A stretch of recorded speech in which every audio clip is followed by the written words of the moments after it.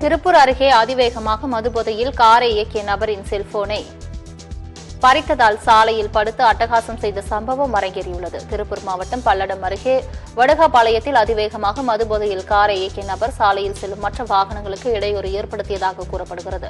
அப்பொழுது மதுபோதையில் காரில் வந்த நபரை அவ்வழியாக சென்று வாகனம் ஓட்டி தடுத்து கண்டித்துள்ளார். இதனால் அவர்களுக்கு இடையே தகராறு ஏற்பட்டதோடு போதை ஆசாமிக்கு ஆதரவாக வந்த சிலர் இருசக்கர வாகன ஓட்டியை தாக்கியதாக கூறப்படுகிறது.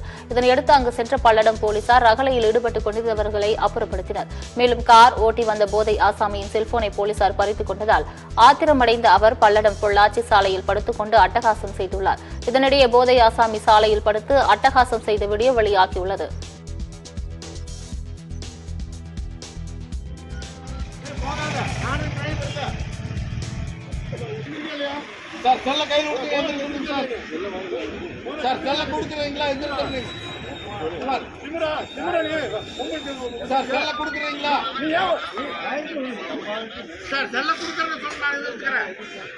இல்லைங்க செல்ல கொடுக்கறேன்னு சொன்ன நான் எந்திரிச்சுக்கிறேன்.